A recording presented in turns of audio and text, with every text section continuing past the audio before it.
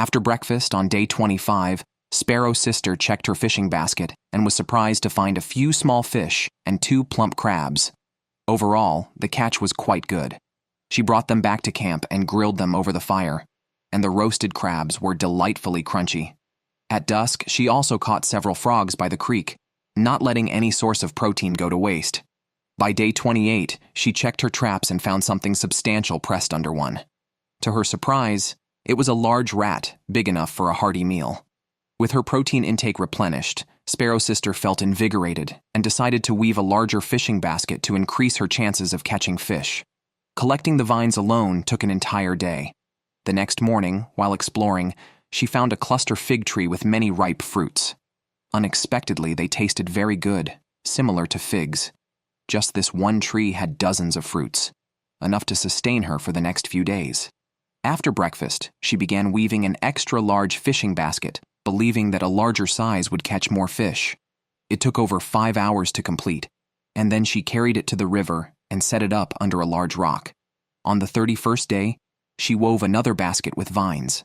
This made it easier for her to gather figs daily. The bountiful harvest delighted Sparrow's sister. On her way back, she discovered a beehive on a branch. As is well known, obtaining honey in the wild is extremely challenging. Fortunately, these bees were mild-natured. Slow movements prevented them from becoming aggressive. Sparrow's sister took advantage of this and quickly collected a large chunk of honey. Tasting it was indescribably delicious, arguably the most precious ingredient she had found so far. Lunch that day was lavish, featuring cooked cassava and fresh figs, topped off with sweet honey. Life felt like paradise. By the 32nd day, due to long-term nutritional deficiencies, Sparrow's sister's eyes had become cloudy. To maximize her nutrition, she checked the fish traps by the river. Unexpectedly, the large trap only yielded a few small fish, barely enough for one meal, a clear mismatch for her efforts. However, having food at all was fortunate. She then checked another smaller trap and found just one small crab. After resetting the trap at a new location, another trap had caught a mouse. Overall, it was a successful outing, and she looked forward to enjoying her lunch at camp. The small fish were even eaten whole.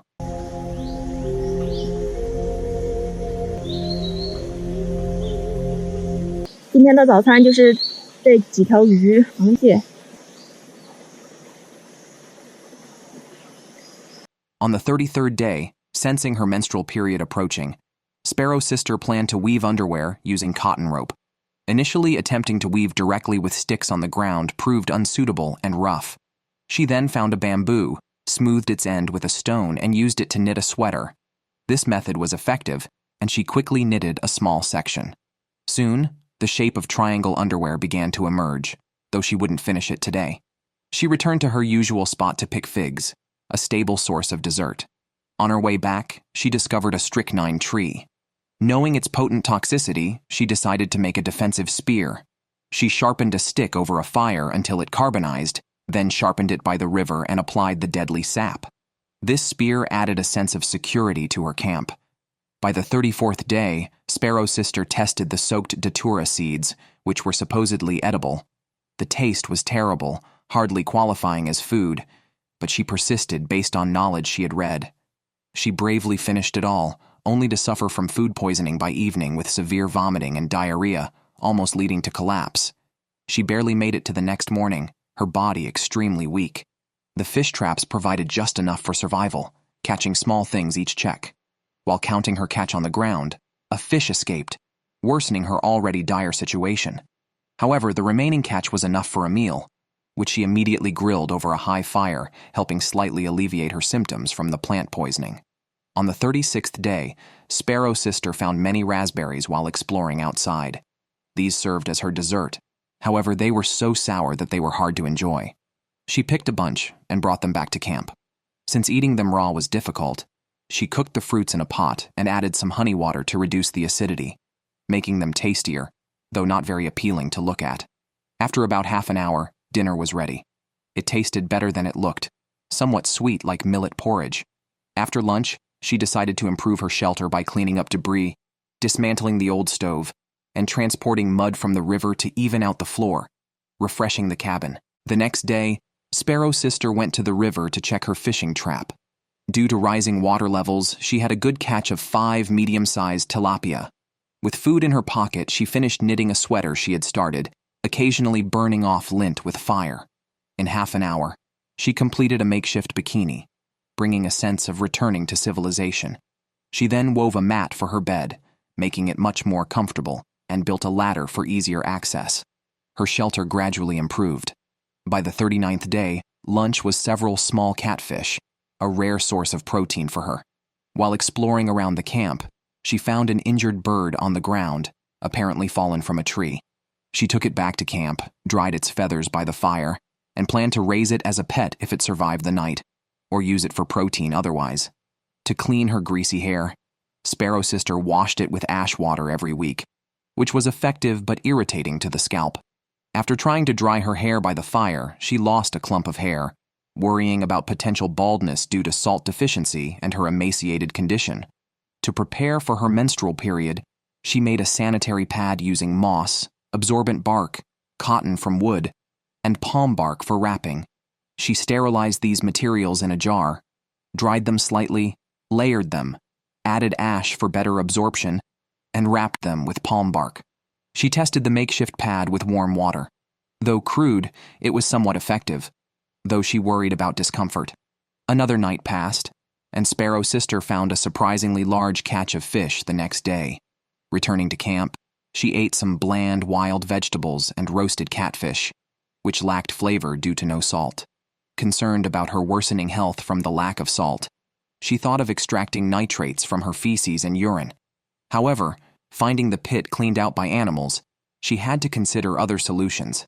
On day 42, Sparrow Sister set out to extract potassium salts from wood ash. She put the ash in a jar, stirred it well, and filtered it through palm bark. She then placed the jar over a fire to evaporate the water. After the water had evaporated, a white powder formed at the bottom of the jar. After 4 to 5 hours, she finally obtained the white potassium salt she had been longing for. Though it tasted similar to table salt, consuming it in large amounts could lead to hyperkalemia. For safety, she decided to test it first. At lunchtime, she cooked a pot of vegetable soup and added the refined potassium salt, which significantly improved the taste. However, she was unsure if it would alleviate her physical ailments. By day 45, her symptoms had not improved. Sparrow Sister concluded that this was due to a lack of proper salt and, due to prolonged isolation, she was experiencing severe hallucinations. She began to contemplate whether to continue her survival efforts. It seemed a shame to give up after so long, but after some thought, she decided to call for help. Lacking a professional medical team, she could only ask local villagers to bring some table salt.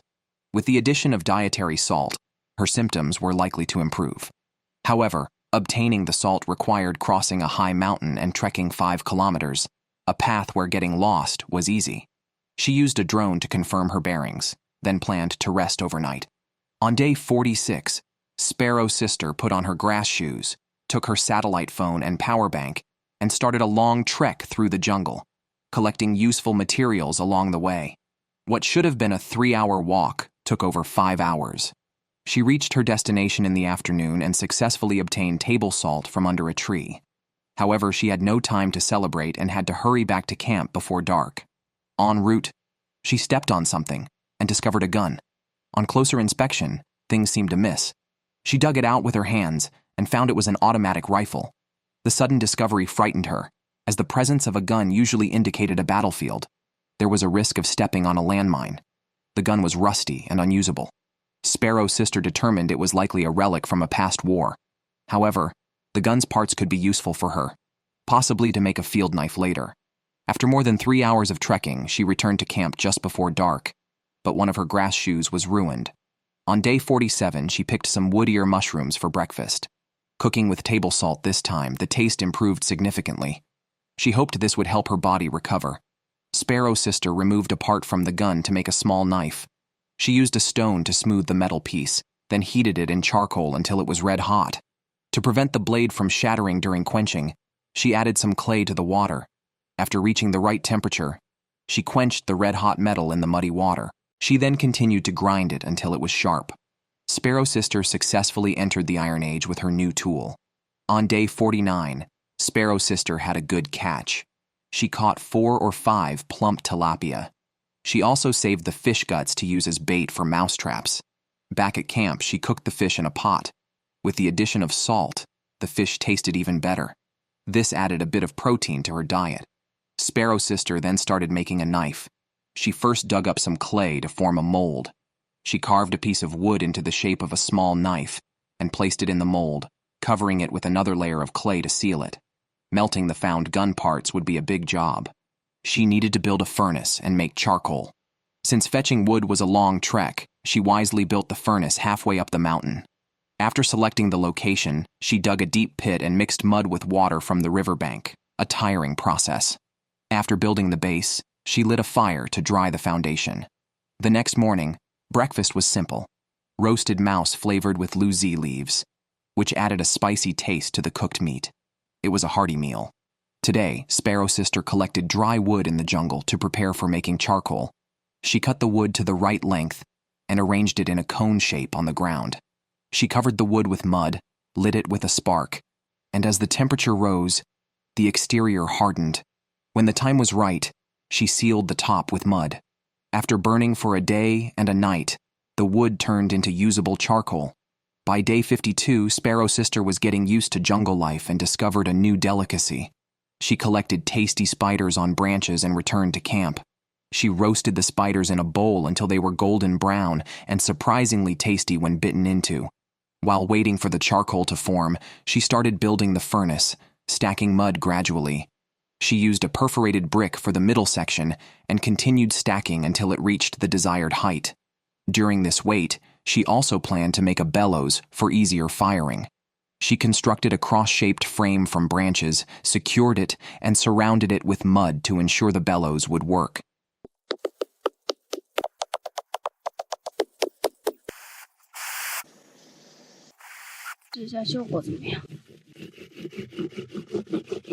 By day 55, any extra mice caught were smoked and preserved for later use. After 2 days and nights of burning, the charcoal in the pit was ready. She then hurried to finish the furnace, working for 3.5 hours. The overall height was as planned, and she installed the bellows on one side. After securing the fan blades with leaves and testing the setup, she sealed the top to prevent air leaks. By day 57, it was finally time to start forging. Sparrow Sister placed the dismantled parts in the middle of the mold.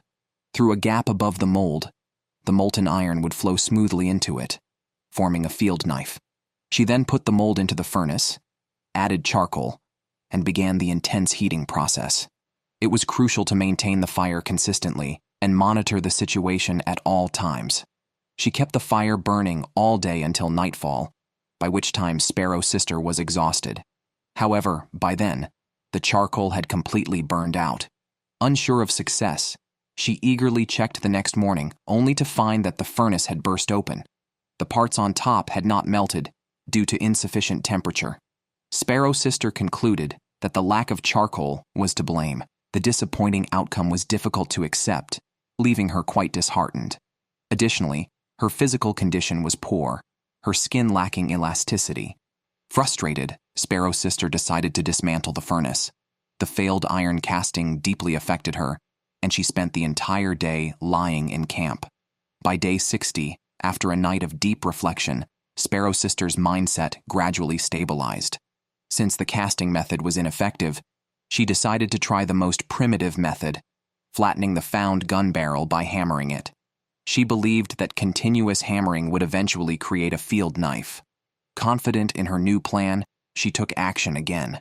She threw the gun barrel into the charcoal fire to heat until red hot, then repeatedly hammered it on a rock. Lacking a hammer, she used the gun body instead, with wood as a handle to secure it. After a morning of hard work, the gun barrel was hammered into a flat piece of metal.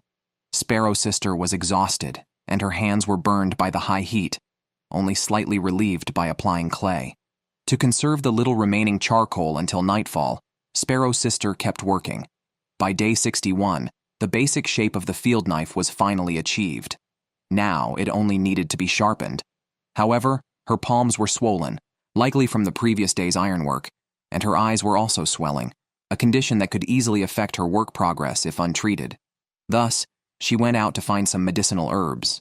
With her extensive botanical knowledge, she quickly gathered a lot of a plant known for its anti-inflammatory properties, called Euphorbia hirta. She crushed it with a stone and applied it to her palms, hoping it would help. Back at camp, she cooked some simple root vegetables for lunch and began sharpening the knife. By day 62, after continuous grinding and polishing, the surface of the field knife was becoming increasingly sharp. At noon, she intended to check her fishing traps by the river. However, as if misfortune was not enough, her painstakingly made fishing traps had been washed away by the river. This meant the loss of her only stable food source. Sparrow Sister tried to comfort herself as best as she could. As she lived longer in this place, her psychological state changed, and she was slowly accepting this harsh reality. On her way back to camp, she noticed animal tracks. Since she had lost her fishing traps, she decided to rely on making traps, returning to the old method of creating a convenient snare device, hoping it would bring some protein. On day 65, after cooking some mushrooms for breakfast, which tasted much better with added salt compared to the bland soup before, by day 65, she cooked some mushrooms for breakfast. With the addition of salt, they tasted much better compared to the bland mushroom soup she had before. In the afternoon, she wanted to explore the mountain, but instead found the carcass of a wild boar that seemed to have been dead for over half a year. It was definitely not edible at this point. However, the remaining boar skin might still be useful. She planned to take it back and extract the fat from it. Her survival knife, after being sharpened for about 10 days, had become much sharper. On her way back, she also caught a lot of crabs in a creek, ensuring a good meal for the evening. Sparrow Sister hung the pigskin she found on a tree and scraped off the grease with a knife. It was no longer edible, but the grease could be used to make fire-starting materials or even as a skin moisturizer. By day 65, her breakfast was quite good, consisting of fresh mushroom soup and freshly baked small crabs, which were an easy source of protein. Unfortunately, the crabs had little meat, making it hard for her to feel full. After surviving in the wild for so long, she had become numb, and nothing seemed to make her happy anymore. Continuing this way could lead to psychological issues. After a full meal, she planned to go out and explore but found many blood traces on the ground. Judging by the size of the droplets, the animal was large. Following the trail, she discovered signs of an animal fight, confirming the presence of large animals nearby, which made her feel increasingly unsafe. As night fell, the jungle noises frightened her, and she dared not sleep until the next morning. She then packed up all her belongings, skipping breakfast to search for a new campsite.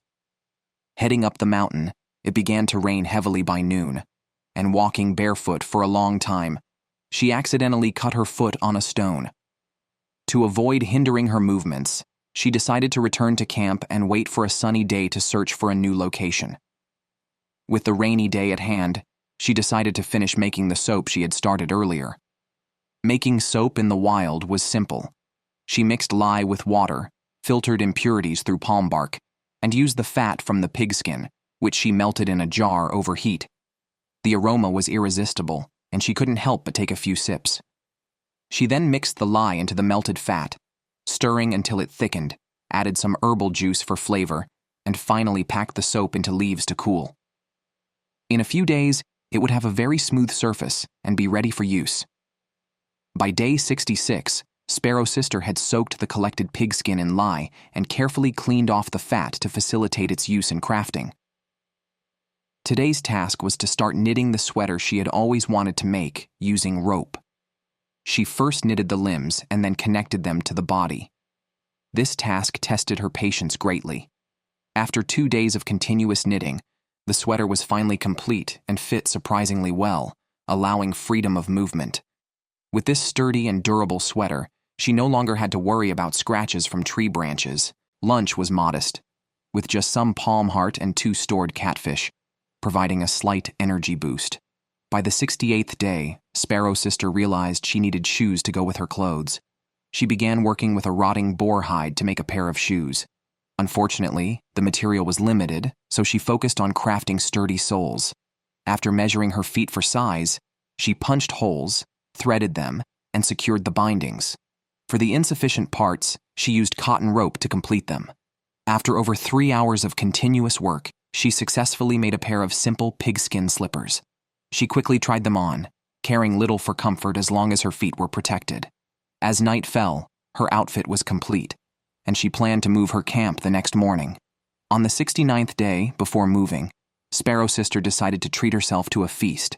She gathered all the dried ants she had stored, caught some grasshoppers to enhance the flavor, added a roasted rat from a few days ago, and boiled some small crabs. This sumptuous meal turned out to be the most lavish she had ever enjoyed, replenishing her with plenty of protein. Wearing her pigskin shoes and carrying all her gear, she headed towards the mountaintop. The primary reason for moving was the depletion of resources in the area, making it impossible to find food if she stayed.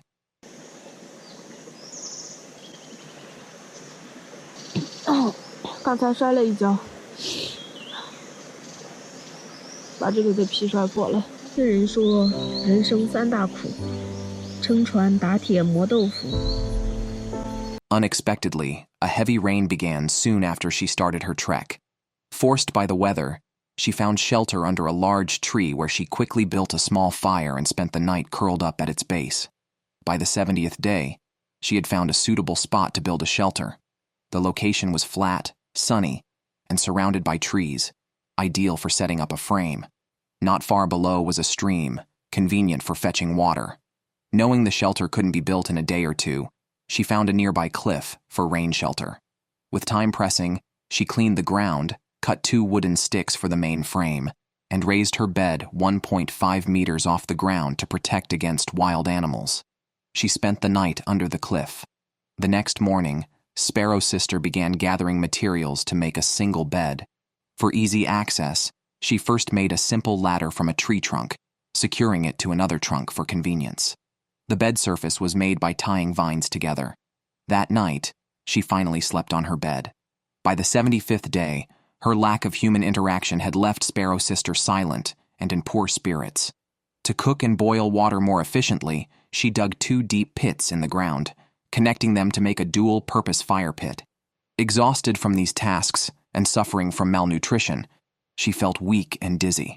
After resting briefly, she dug up a tree root rich in carbohydrates, which could be cooked if hunger became unbearable. She then cautiously checked her fish trap, finding it empty, which further disheartened her. Struggling to catch enough protein and with her equipment wearing out, including her pigskin shoes, Sparrow Sister's resolve to continue was fading. On day 77, Sparrow Sister explored her surroundings in the morning and luckily found a wide river. Rivers usually mean fish, so she decided to resume her old craft of weaving large fishing baskets.